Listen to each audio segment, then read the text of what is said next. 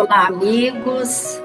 Mais uma vez, estamos juntos para a realização do programa O Espiritismo Responde. Nós aprendemos com a doutrina espírita que os espíritos são criados simples e ignorantes. E com a conquista do raciocínio, adquire também o livre-arbítrio ou a faculdade de escolher por si mesmo o caminho a palmilhar. Se ele é livre para escolher, existe o determinismo, a fatalidade? Théotis Cardoso Farias, palestrante espírita, trabalhador do abrigo espírita Oscar José Pita, e faz parte da cruzada dos militares espíritas da cidade de Santa Maria, no Rio Grande do Sul, é o nosso convidado de hoje. Ele vem nos falar sobre livre-arbítrio e determinismo. E depois nós vamos ver a mensagem do momento espírita. Olá, Théotis, que alegria imensa ter você conosco nesta oportunidade.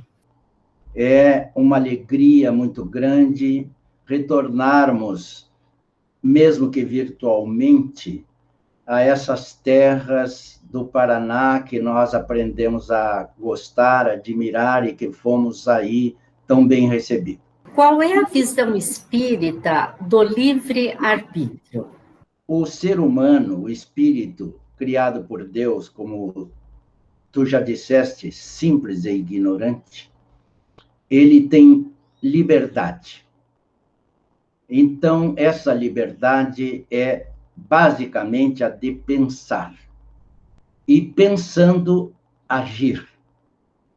Vamos à definição do dicionário do nosso Aurélio Buarque de Holanda, que diz assim: a possibilidade de exercer a vontade por força da própria vontade, exercício da livre vontade, exercício do discernimento, liberdade de querer e de obrar ou trabalhar.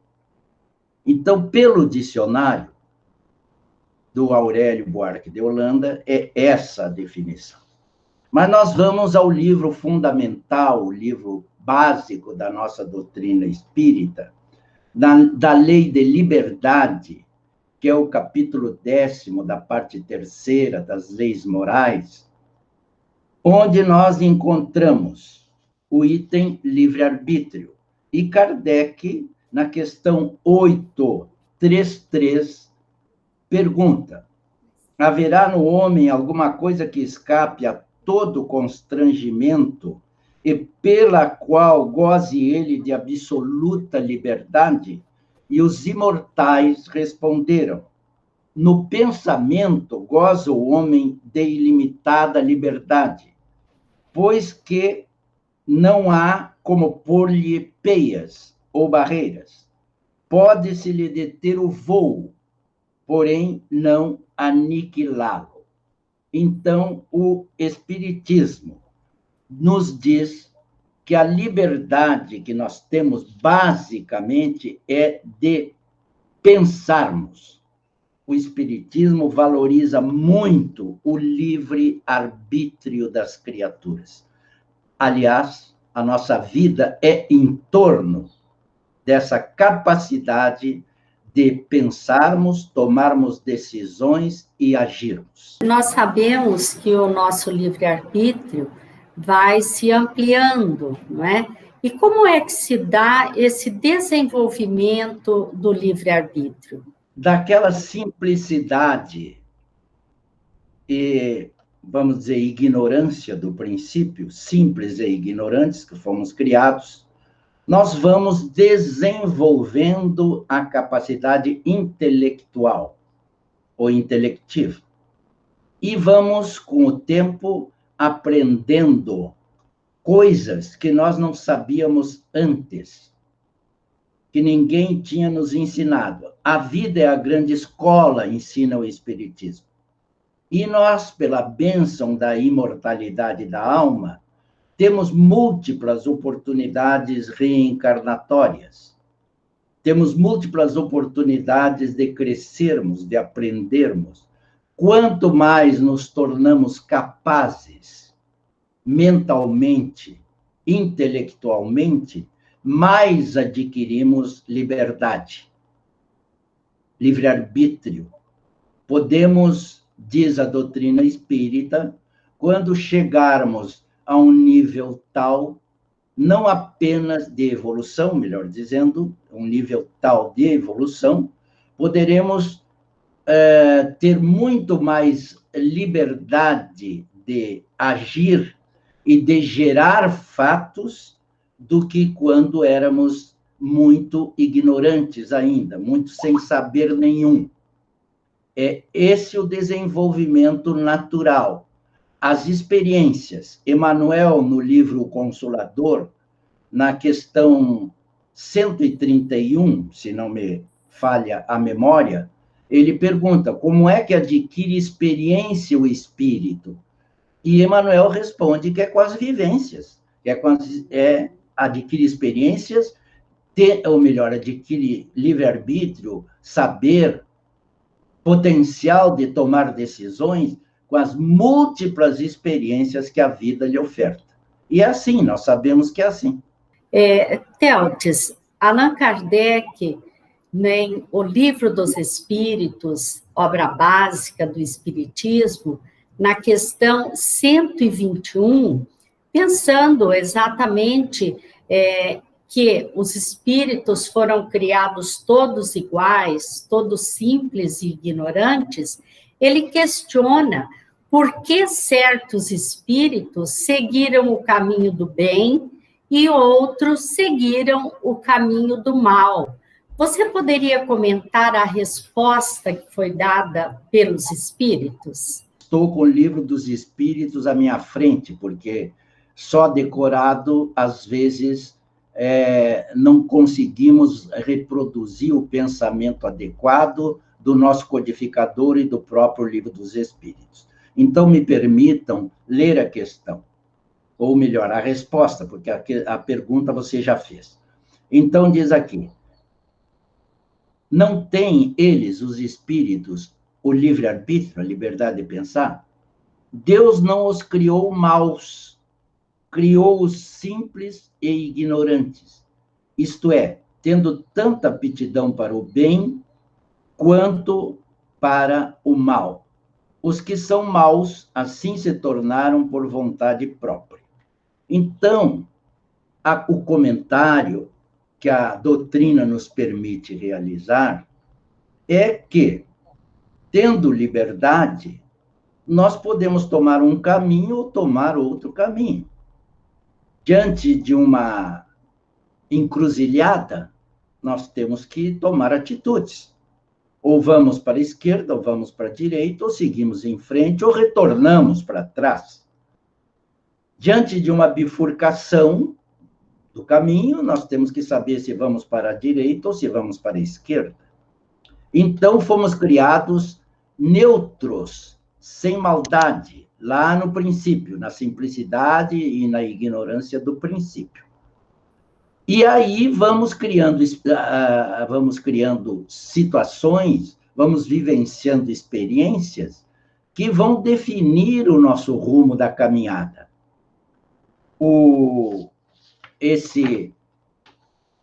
A pergunta é, por que certos espíritos seguiram o caminho do bem e outros o do mal? Por livre vontade, aqueles que optaram pelos equívocos, pelos erros, pelas situações, vamos dizer, melhores ou piores, o fizeram no uso da sua liberdade. Então, tem, sim, espíritos que vão tomando as suas decisões, ou todos nós, de acordo com a compreensão de que somos espíritos, ou que não temos nenhuma compreensão de que somos espíritos. Por isso, tantos irmãos vivem na materialidade apenas. Vivem sem saber que têm futuro. E que futuro é esse?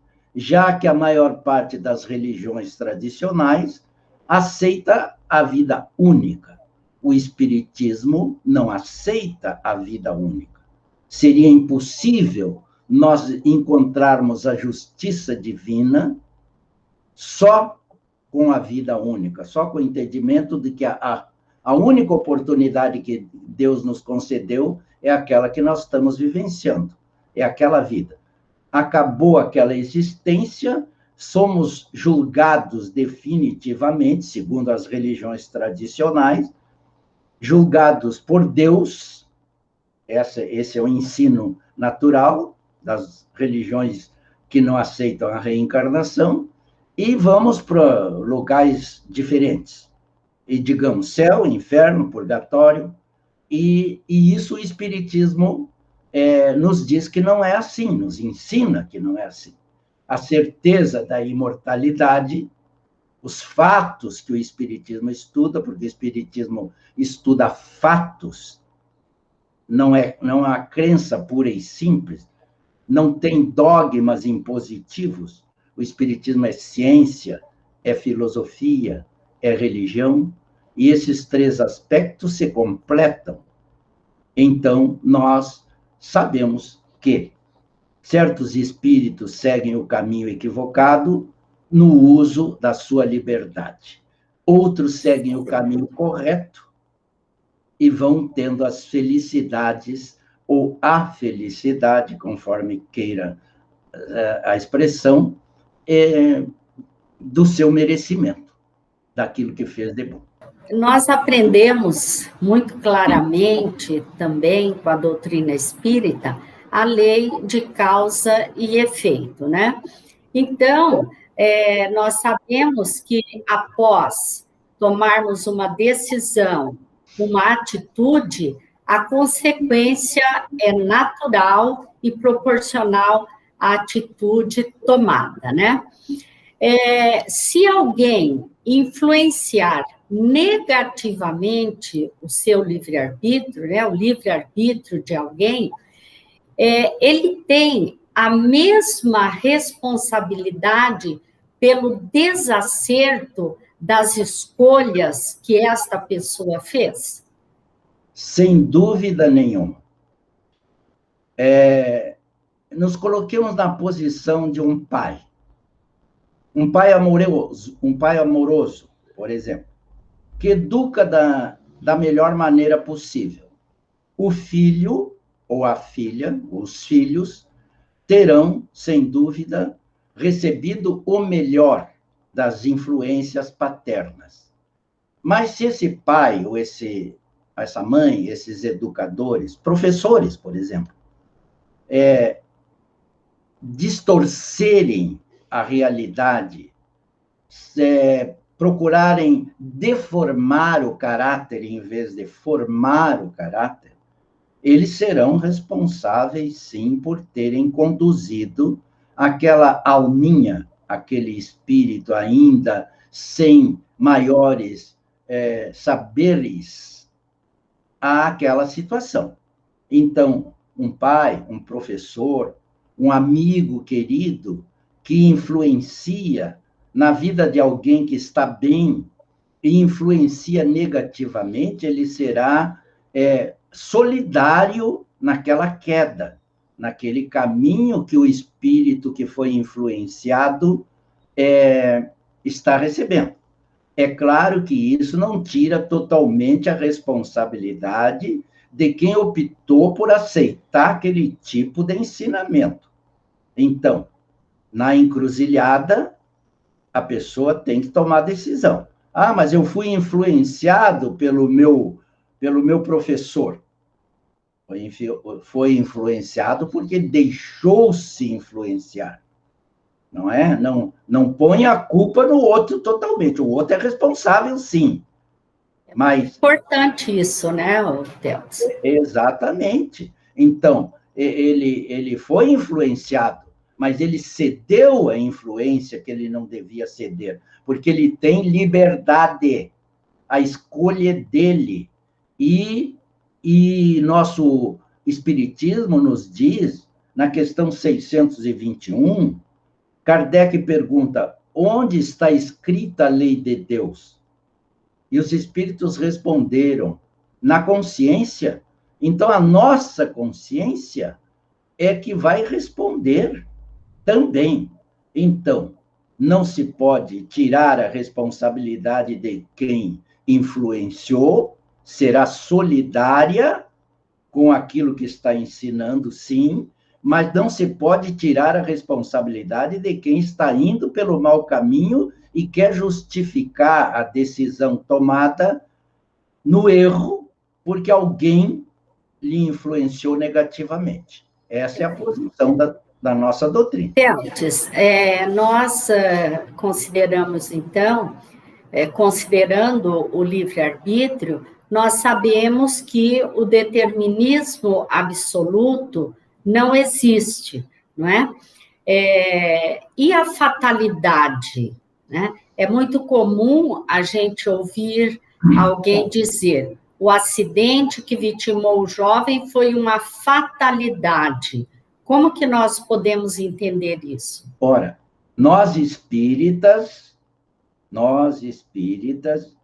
temos o conhecimento pelas questões 851, 853, que é do Livro dos Espíritos, que fatalidade mesmo é o instante da morte. O Espiritismo nos diz que chegará o instante em que nós teremos que retornar. Nós espíritas não usamos muito a expressão morte, gostamos mais da expressão desencarnação. Então, o momento da desencarnação, esse, segundo a doutrina espírita, a nossa doutrina amada, é a fatalidade que está nos aguardando, não é? Outra fatalidade que nos aguarda, Kardec explica, é a da nossa evolução, é do nosso progresso. Nós estamos na vida para nos tornarmos um dia espíritos superiores.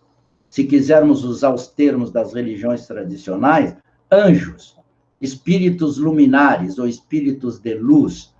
Então, essa é outra fatalidade, entre aspas, que o Espiritismo nos diz. Se alguém desastrou-se, é fatalidade? Para nós não é. Depende muito. Desastrou-se naturalmente, foi atropelado por um outro veículo, por um caminhão, por algum trator, não dependeu dele o desastre, aí é algo que é um resgate que ele está tendo. Agora, se a culpa do desastre foi do próprio que dirigia, por exemplo, o veículo, nós sabemos.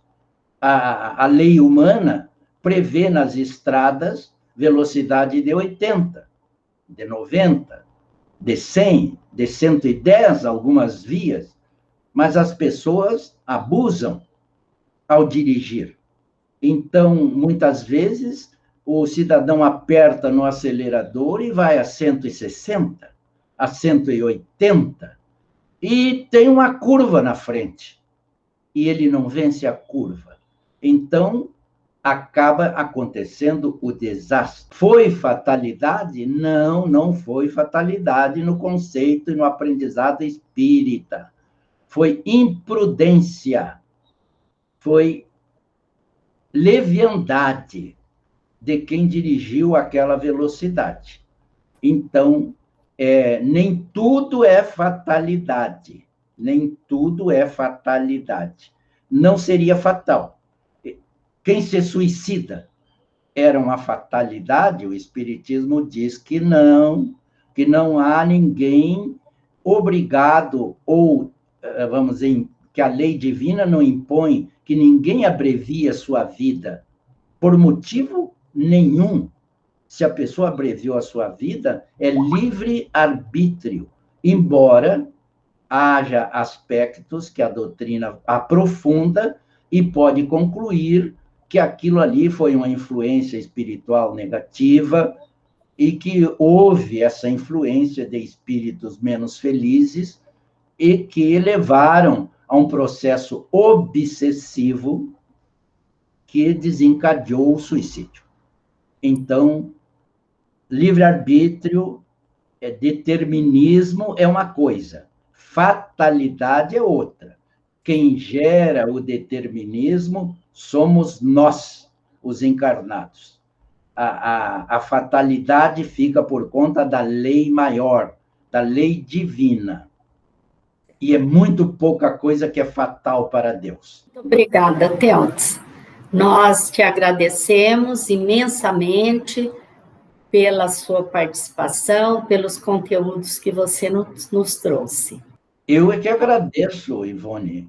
Nós ficamos agora com a mensagem do Momento Espírita, que é um trabalho realizado pela Federação Espírita do Paraná, e desejamos a todos vocês muita paz. Certa vez, um espírito sublime deixou as estrelas. Revestiu-se de um corpo humano e veio habitar entre os homens.